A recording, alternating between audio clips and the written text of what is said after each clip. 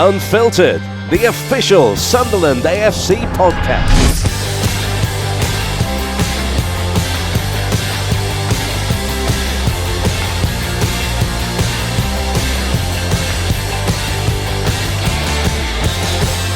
Welcome along to SAFC Unfiltered, another edition of the club's official podcast with myself, Frankie Francis, and former player Danny Collins alongside me as ever here on SAFC Unfiltered. Last time out, it was Christian Speakman.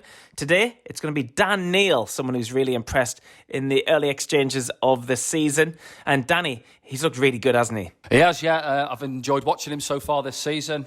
He's filled in at left-back at times and done a job there. And then, more recently, he's got into his preferred position in the middle of the park and turned in some top performances. I think the fans are seeing that. They're enjoying seeing him in the middle of the park. A couple of assists already. Got his goal, didn't he, last week as well. A great finish. So, promising signs for him. And, I'm enjoying watching him out there on a Saturday afternoon.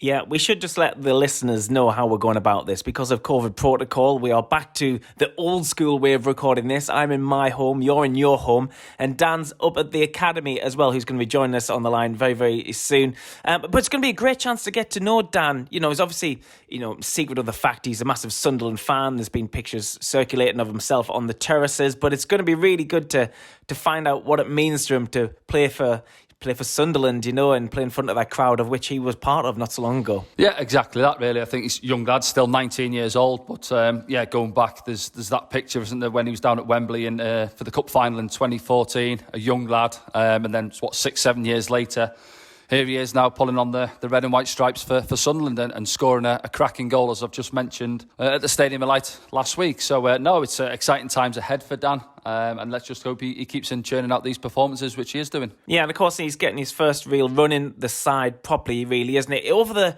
last couple of seasons, he's made cameos in the EFL Trophy, which I guess what that trophy is all about, isn't it? Trying to give opportunities to the likes of Daniel, but he's obviously shown a lot, not just in those games, but in training this season and pre-season to warrant that place, hasn't he? Yeah, I think so. I think last season he played in some of the Papa John's games, didn't he? And come off I think he had a couple of appearances in the league off the bench.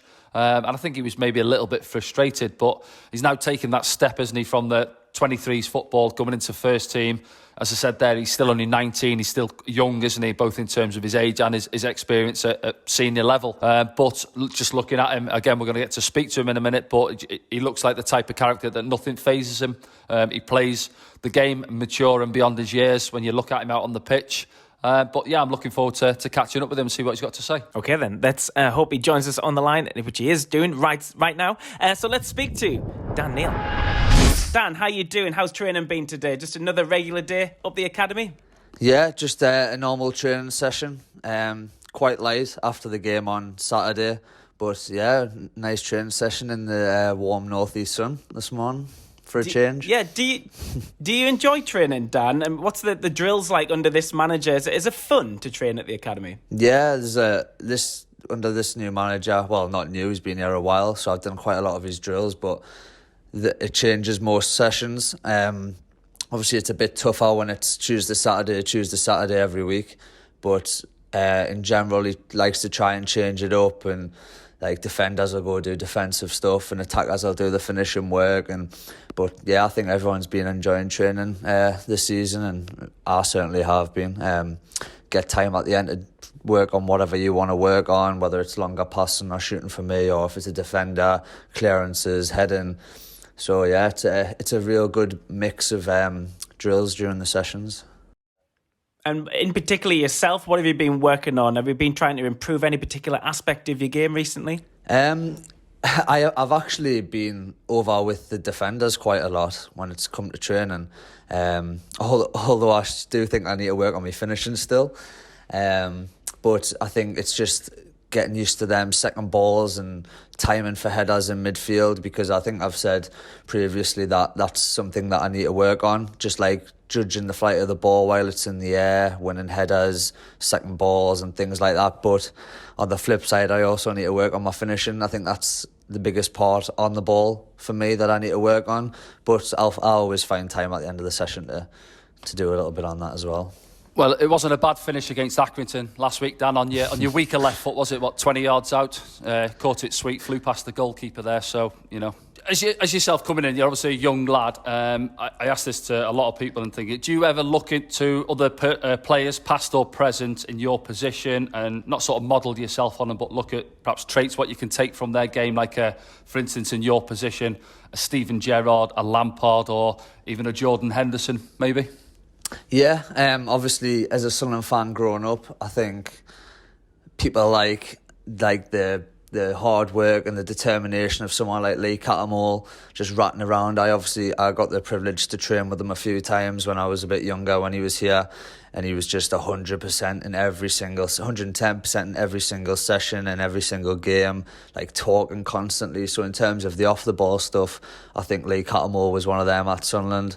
But then obviously on the ball, you've got Jordan Henderson, people like Jan and Via at Sunderland, good technical players. But in terms of outside of Sunderland, I like, obviously Steven Gerrard was a big one growing up. But, and this is going to sound, but Zidane, I really do like Zidane. And I know there's been a few things on Twitter, obviously because Zidane. But I'm not just saying that. I really do enjoy watching Zidane. In terms of right now, in football, I really like Frankie de Jong.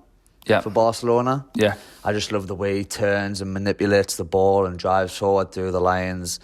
I would say Frankie de Jong at the minute. Cool, Dan. Thanks. If you wouldn't mind just telling us a little bit about how long you've actually been at Sunderland as a player and a little bit about your youth development. Yeah, so I started off at Hebburn Town Boys Club and I was picked up pretty much straight away at the age of 6.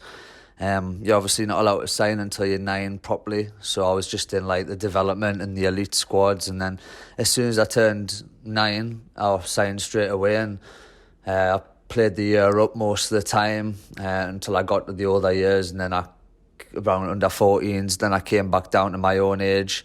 Obviously I picked up a bit of an injury, so I was out for a while, and then from then I was just playing up. So as a 16 I was playing 18s, as an 18 I was playing 23s. But yeah, like my whole journey through this academy has been like top notch. Like I've enjoyed every single minute of it, from under 9s all the way up to where I am now. You're saying they're joining at 9-year-old, but just going forward 3 years to when you were 12-year-old. And there's that famous photo of you which has been doing the rounds, hasn't there, in the recent times with the 2014 Cup final there. You're looking young and fresh-faced, and 7 years later now you're fast-forwarding, you're now pulling on the red and white stripes for Sunderland, out at the Stadium of Light in front of 30-odd thousand. How does that feel for you? I mean, it must be some buzz coming out the tunnel to that. Yeah, it's unbelievable. I always wondered what it would feel like in the build-up to the game when you stand in the tunnel and you can hear the roar and you can hear the music and you can hear like the build of tension and the anticipation. And obviously first game of the season I got to experience that. Obviously we're at Wembley last year, that's where the comparisons come in with the photo, but like it was an unbelievable experience still, but it wasn't the same without the fans. It's like, it just wasn't the same. But obviously when it come to the first game of the season, it was just like, I was just like, before, like when we ran on the pitch and we clapped the fans and then stopped for a bit while the captains flipped the coin, I was just looking around thinking, Jesus, this is unbelievable. And looking forward to a run out at left back as well that day. I think we probably mentioned it as well. Obviously the biggest crowd you will have played in front of at the time, I guess, and similar with Callum Doyle obviously alongside you there at left centre half. I'd imagine you had one or two words and a little smile at each other. Did you just having a look at the crowd and just getting that feeling? I mean, I used to get it as well, as you mentioned there, in the tunnel. Dance of the Nights was on, you could hear it. You're lining up there ready to come out and you just get those hairs up on the back of the neck, don't you? Yeah, definitely. I think I was talking to Callum and just telling him to make sure he would cover us, because obviously I was out of position. But yeah, it's like I've said before, like when the Sing Wise Men say at the start, it's just like hair stand up on the back of your neck moment, and you just can't help but look around, like you almost forget that you're playing for a minute or so. But then as soon as the whistle goes, you kind of like, you just naturally block out the noise. The only time you really hear it, I think, is when it goes out for a corner and then there's a big roar, or like a throw in, and then like the game slows down and you can hear bits in the crowd. Like while you're playing, you don't really hear anything, I personally think. Because you're such a homegrown player, Dan, do you feel like it's in your DNA to get Sunderland back to where they belong? Yeah, I definitely think, well, it's definitely something I'd love to do. Obviously, when we're in the Premier League and the Championship, I was obviously far too young to even be involved in the first team. But as soon as I came in full time as a 16-year-old and we're down in League One, it's just always been on my mind. Like, I just want to get into this first team as fast as I can, because I want to be part of the rebuild of this football club. Like, it was in the Premier League for like years after years after years, and then to be in the stands as a fan and watch it kind of fall rapidly, it did hurt a little bit. But now that I'm in this position that I'm in, playing for the club like week in, week out, I just want to be part of that rebuild phase, and I do want to get the club back to where it belongs. And can you feel within the club that rebuild is serious now this season? Yeah, 100%. I think there's more of a, especially obviously the gaffer came in halfway through last season, and it was tough to implement his ideas and like his culture, because it was Tuesday, Saturday every week. Whereas he's had a full pre-season to get in players that he wants, get that blend of youth and experience that I think he's always wanted. And I just think the squad's in a good place, and like we're doing what the gaffer wants, and obviously we're picking up some good results along the way, and everything's positive around the club now, other than obviously the hiccup on Saturday. But like, we just need to move on from it and get back to winning ways. Dan, as well, I know it's early doors this season, but going back to last season as well, and you had a taster of it in the first team, coming through from the 23s, taking that step up, played in a few of the Papa John's trophy games, didn't you? Limited game time in the first team. We've spoke about it before, me and Frankie, when we came out of the stadium that time and we seen you, and you looked a little bit down, a little bit low, that you weren't perhaps getting some game time. Where you're at now, do you feel like one of the first names on the team sheet rather than like a bit part player coming into it now, an important cog in the system, really? Yeah, I think that night that I seen you, it was the night of the COVID crisis, and we didn't really have many players on the bench, and like I thought, like, this is my chance. The new gaffer had come in, and like I thought, this is my chance to come off the bench and really make an impact. And then I was an unused sub. And I was just thinking, what do I do from here? Like, if I can't get on when there's an absolute COVID crisis in the squad, like, what chance have I got? Like, type of thing. But like, you've just got to stay positive. Like, things change in football so fast. I've learnt that over the last season and a bit. But going into pre-season, I remember saying to my dad, this is the year that I really feel as though I'm going to break through. And obviously, I just wanted to give the gaffer a decision to make in pre-season and perform as well as I could in training and games, and gain his trust. I think that was a big thing last year. I think there was a few games that I've come on. I think the Lincoln game, especially in the semi-final, I don't think I'd done a few things tactically that he wanted off the ball. And that was a reason I didn't want to go on loan, because I really wanted to learn his style of football and how he wants to press and things like that. And I just wanted to implement that into my game, so that this season I was fully prepared to get into this team, because that's all I've ever wanted, really. Yeah, Dan, will the manager pull you in individually to go through video footage of games and what he thinks you're doing well and what you can improve on, or does he do it as a collective in maybe the midfield department and the defenders then, or is it mainly individual? Will he pull you aside and say, Dan, I'm looking for you to do this a little bit better, and vice versa? So after games, we'll have a full team meeting, and then if I could go up to him and go, Gaff, can we go through these clips, or like to Maka or the new first team coach, or if Tails was here last year, and then obviously on the pitch he gives you pointers. So he's been talking to me a lot about receiving the ball with an open shoulder position, so that I can go forward with the ball, because if he feels as though I'm coming to the balls too square on, which means that I've got to take more touches. And he's just on about mixing the game up, because he knows that I can drive forward with the ball, but he just wants us to maybe get the switch on faster, or little 1-2s around the corner and things like that. So he's been on to us about them two things, the shoulder position, and just changing up my game on the ball. Yeah. So I go back to pre-season, what you've mentioned there, and working on a lot of stuff. But going into pre-season there, we were obviously short on numbers, having let a lot of lads go, and we didn't have any full-backs at the start of the year. You find yourself at left-back first game of the season. We've got obviously Winchester at right-back. But you got on with it. Since then, you've obviously gone into midfield, where obviously you prefer that, but you've done a decent job at left-back. Where we sort of set up now in maybe a 4-2-3-1, do you prefer playing in there alongside the sitter, or do you prefer playing a little bit more advanced, or happy to do either? I think when I got chose to play left back at first, well, obviously the first game of the season, it was a bit like, I don't care, I'm playing. Like I'm playing. It's my debut. Like, I'll do anything to play. I'd have played in goal if he wanted us to. But I just felt as though it was a good chance for me to prove that I'm versatile and that I can play wherever he wants us to and do the job. So like, I think Luke's the biggest example of that in most leagues, in most clubs. He can play absolutely anywhere on the pitch, which means that he's probably going to play most games during the season, because obviously with suspensions and injuries and stuff like that. So that I didn't see it as he's just putting his left back because he doesn't want us in midfield type of thing. It was, right, he's putting his left back. I'm going to prove to him that I can play there. And then when I get the chance in midfield, I'm going to prove to him I can play there as well. So then he's got two options to play us. But in terms of where my preferred position would be, I think I like playing as one of the flatter two with a holding midfielder next to us. It just gives me that license to go forward and drive forward at the ball and kind of not worry about what's behind us. Obviously with Luke's a busy bee as well, so he always wants to get into the box and he's running around because he's a ball of energy.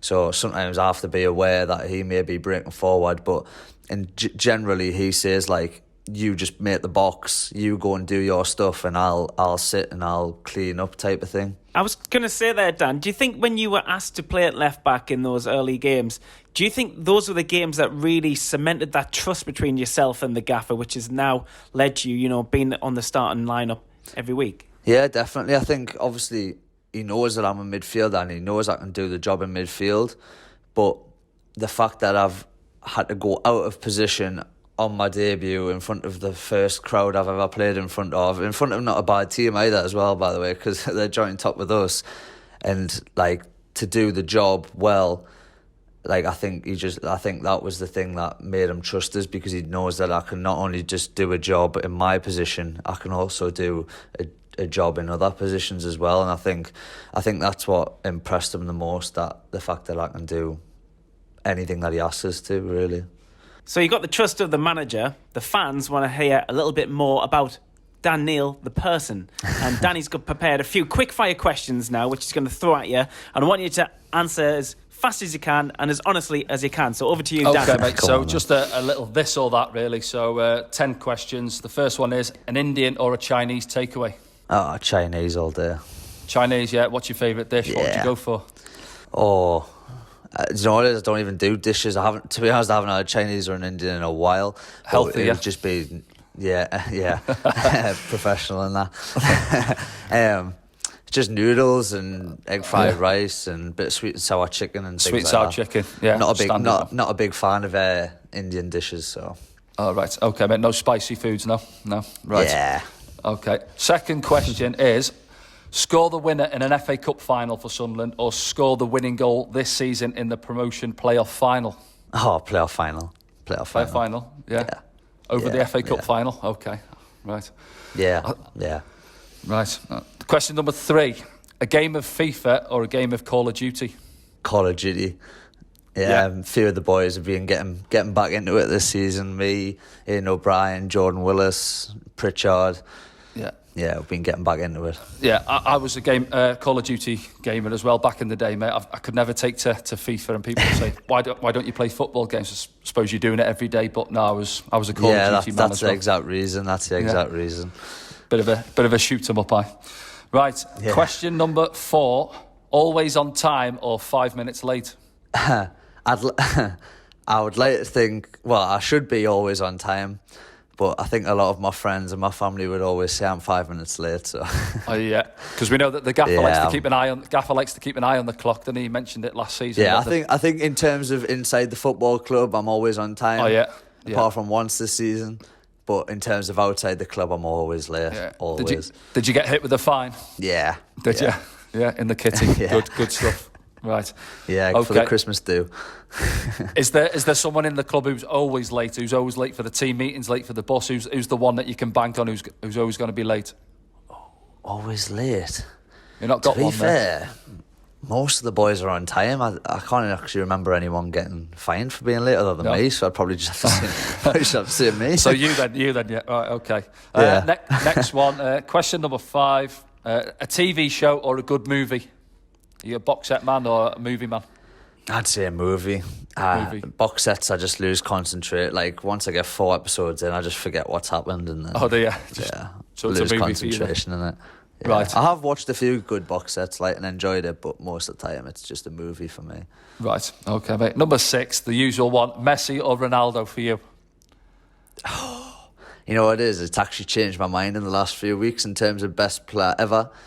I just think the fact that Ronaldo's come to the back of the Premier, obviously he hasn't done it yet, but he's just because he's banging in goals. But in terms of a footballer, I've always loved Messi. I've always preferred Barcelona over Real Madrid and just the way they play. So it's a tough one, but I have to go Ronaldo just because he's come back to the Prem and stuff like that. And you could, it's a possibility, you could get him in a cup game and play against Ronaldo. Danny, you probably played against Ronaldo back in the day, did you? Yeah. I've played against him, at Old Trafford, I remember, for Sunderland back in the day. Yeah, I think we drew 0-0 that night. Kev Ball was in temporary charge, yeah. I was left back against him as well? I was left back, yeah, and he was out on the right just wing. In the pocket? So, yeah, in the pocket. Yeah, I think he went off after about 70, Dan. To be honest, yeah. So did he? Quiet. Yeah, bad day at the office. Yeah, but no, I'm a Messi fan. Obviously, I like them both. Apples and oranges, I suppose. But I'm a Messi. Number 7, a relaxing beach holiday or a sightseeing trip around the city. Sun lounger on the beach. Beach holiday. Yeah, probably a beach holiday. Yeah. I'd go with you on that one as well. Number 8, a Pepsi or a Coke. Oh, just the same thing. Oh, no, there's a big taste difference there, isn't there? Come on. Is there? Yeah. I'll go Coke. We'll always have a Coke after an away trip on the bus on the way back. So yeah. Yeah. Full fat or a diet. Yeah. Get the calories back in. Get it back in you. Okay. Yeah. Pepsi for me, Frankie. What about yourself? I was more of a lilt man, if I'm honest. Wow. Yeah. Number 9. Dance music or R&B? Would you go for music? Depends what the situation is. If I'm just chilling, it's R&B. If I'm getting ready for a night out, then it's dance music. Right. Okay. Got a few shapes in you on the dance floor, Dan? Or a few shapes in you? After a few, yeah. Yeah, after a few, I think so. Well, I think so. I'm not sure how many other people think so. Right. Okay, mate. Last one. Batman or Superman? Who would you be? Batman or Superman? Batman. Yeah. Batman. All these cars and that. Yeah. All his gear. Yeah. Right. All his gear. Yeah. Right. Okay. There's your 10.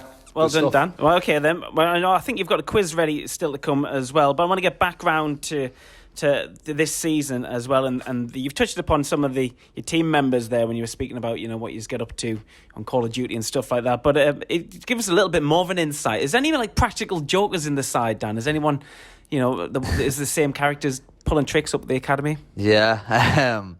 Obviously, when I was in the 23s, you were close to the first team in terms of changing room, and I didn't expect this person to be as much of a joker as what he is. But Tom Flanagan, constantly doing just bantering people and doing stuff to people's stuff, and I'd say Flano, Griggy when he was here, them two are just double trouble in the changing room.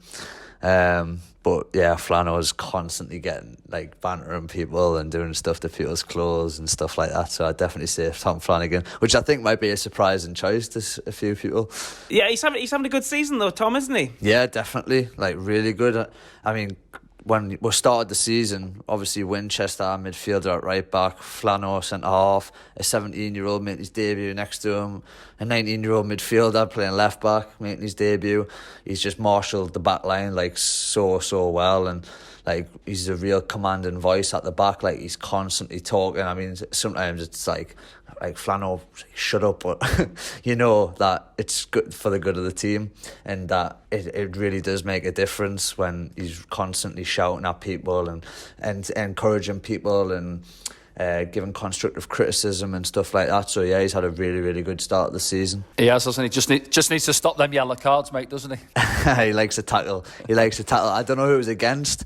I turned around and he's absolutely wiped someone out in the middle of the park. I can't remember who it was against. I don't know if it was Wimbledon. Was it Wimbledon? Was it Wimbledon? I thought It was the home game. Yeah, the ball got played to number 10 and I've turned around and Flannel has just come steaming through. I was like, Jesus.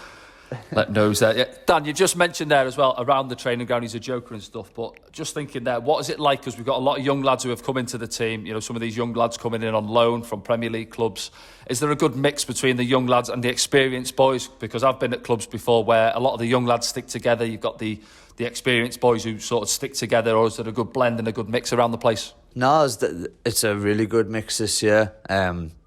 Obviously, I would say there's more young lads than old lads, to be honest. And obviously all the younger lads are full of energy and things like that, and then the older heads, and this is in terms of on the pitch, just like calm it down, and they've got that experience and they know how to win games and things like that. So they're just like helping us through games, like the young lads, like helping with game match experience and how to hang on to leads, how to keep the ball, how to like see games out and things like that. But off the pitch, like some of the older lads are just as big kids as the younger lads, to be honest. So, like they're just getting on the banter, and like they get all the young lads involved in it and stuff like that. So yeah, the changing room's been really good this year. Yeah, and I suppose it helps as well, the position we're in this season. You've been there where you're going well, you're up the top end of the table. It's always a good place to come into on a Monday morning, isn't it? Especially when you've had a good result at the weekend. You can't wait to get back out on the training pitch and get going ready for the next game, as opposed to when you're down the bottom end of the table or you're in a sticky patch and results aren't going, the place can be quite flat. So you need these experienced boys in there to help the young boys in them situations. Definitely, especially like obviously we're going to have hiccups this season, and like Saturday, for example, was a little bit of a hiccup compared to what we've started, even Burton. But that's when the older lads such as Flano, Corey Evans, Geeds, they've all been in these situations before, and they know how to deal with it. And like obviously some of the younger lads haven't been able to experience that yet, because it's some of the first, including me, like first team season. So it's about not getting too high when you're on a high, and it's about not getting too low when you're having a few hiccups. Thanks, Dan. So far, you've done really well in Danny's Quickfire Quiz, and that's just to let the fans know a little bit more about yourself. But of course, as you know, because you're a Sunderland fan, you'll be a regular listener to SAFC Unfiltered. There's often a quiz at the end. Some of your teammates, Lyndon Gooch, for example, did really well last season. Christian Speakman redeemed himself in the last podcast because previously he did complete a 0 out of 5 score, didn't he, Danny? Did, yeah. Mel came on, didn't she? Got 5 out of 5 as well recently. So yeah, and Mel came on and got 5 as well. So Danny, it's back over to you for Dan's quiz questions. Yeah, okay, Dan. So a little mixed bag for you. There's a few football ones in there as well. Tried to help you out. I've had one or two complain that they find them a little difficult, which I find. But anyway, we'll see how you get on, mate. Question number 1. Which of Santa's reindeer comes first alphabetically? Hold on. I thought he mouthed it there then. Is it Blitzen? It is Blitzen. Correct, yeah. Oh, he's off to a flyer. Well done. Obviously still a believer. Yes. I was going to say, is Dancer one? Yeah, he's further further down. Yeah, really. I was going to say that, and then I thought, nah, there's got to be another one. There you go. Good start, mate. Well. 1 out of 1. Here we go. Question number 2. Who has the most Premier League assists out of these 3 players? Is it A, Cesc Fabregas, B, Steven Gerrard, or C, David Silva? Ooh. I think it's between the 2 Spaniards. Just looking at your face there to see if I can get it. I'm not giving you nothing. I'm not giving you nothing here. No. Big poker face. Yeah. I'll go with Silva. He's played probably... Nah, it's wrong, isn't it? It's... I'll give you... Steven Gerrard, that's 92. David Silva's got... Steven Gerrard's got 92. Oh, right, okay. David Silva's got 93. And Cesc Fabregas has 111. Cesc Fabregas was the answer. Christ, wasn't even close. Yeah. Oh, well. You were right, mate. It was one of the Spaniards. You got that far, but yeah. then, picked the wrong one. Anyway, question number 3. Where in the human body would you find the tibia? The shin? Yeah. Shin area, leg? It is, yeah. The tibia, tib-fib joint down there. It's in the leg, yes. To give you that one, mate. That's 2 out of 3. Question number 4. Who scored the only goal of the game in last season's FA Cup final for Leicester against Chelsea? 1-0 win for Leicester. Tielemans. It was Yuri Tielemans, correct. Absolute screamer. Screamer, yeah. I remember I was watching it. They are. That's 3 out of 4. And the last question, number 5. Which football club did One Direction's Louis Tomlinson sign for on a non-contract term in 2013? Oh, I remember this. You a One Direction fan, Dan? Or? Nah, I just remember seeing it. I'll give Was you a it clue. Doncaster? Oh, I was going to give you a clue there, but you don't need the clue. It is Doncaster Rovers. Yeah, I thought it was. I thought your reaction there, I thought I got it wrong. Yeah. Why no wait? Well, I was going to help you out and say it's a team in our division, but you didn't need it. But 4 out of 5, Dan. Good effort. Yeah, I'll take that. Cesc let you down there. Yeah. Oh, well. Well done, Dan. That was a good show in that. That was good. First time out and all that. We're going to end things now, though, Dan, by asking if you've got any targets, ambitions or goals for the season. Obviously, the main one would be to get Sunderland out of this division, I imagine, and something which you would want as a fan as well as a player. But do you have any kind of goal targets, assist targets, or even maybe international ambitions? I think coming into the season, I didn't have any targets, and it was just about playing as many games as I possibly can and playing well. But now that I've started playing most games, obviously it might not be all season, but at the minute I'm playing most games, I was looking at maybe 6 to 8 goals and 8 to 10 assists. Obviously it is quite high, but I'm just going to aim high and see if it happens for us. And in terms of the international targets, I would like to get back in the England setup.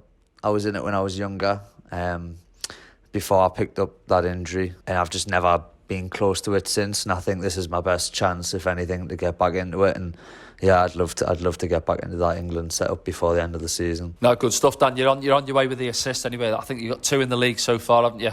Obviously, one with Embo at 2 in the MK league Dons and then 1 in the cup, and Stuart, then wasn't it, one at goal. home to Wycombe? 1 and 3, I think. No, good stuff. Yeah. Keep working on that left foot, mate. Keep it. Pulling the trigger from 25 It's my yards. right foot I need to work on, not my left. Oh yeah, that one Saturday, didn't you? You sliced across it first half Saturday. So yeah, that's I thought about that one. Sliced it. Go and get a bag of balls, mate, and have a work on that right peg after training. Yeah. Good stuff, mate. Enjoyed it. Thanks very much. Thanks, Dan. Cheers. Thank you very much. Cheers. Great to be able to speak to someone like Dan Neil here on SAFC Unfiltered. And I guess that's what the podcast is all about. Having access and giving the fans a chance to find out about those personalities, and someone who's just breaking into the side, Danny, and really impressing. Well, it is as well. I think you look at the fans, they only really get to see the lads, don't they, for an hour and a half on a Saturday afternoon or a Tuesday, as it were. But it is good for the fans to see what they're like as a character as well. And, you get to know the lads a little bit more from doing the podcasts, and for ourselves as well, getting to chat to the boys. We often get down to the training ground to have a bit of a discussion with them. But yeah, it's good to see what their character is like, other than, as I said, what you see on a pitch on a Saturday afternoon. And as a 19-year-old playing, regularly now, you'll remember when you were playing regularly at that age as well. What's the most important thing you have to be able to do at that age? Is it just to take on criticism and advice at every step? It is, yeah. I think you get some lads, especially at that age, you might get 1 or 2 who think they know everything, but you're always learning in football. Even to my latter years playing 38, 39, you're still always learning. The game's developed itself, formations and the way teams are playing these days.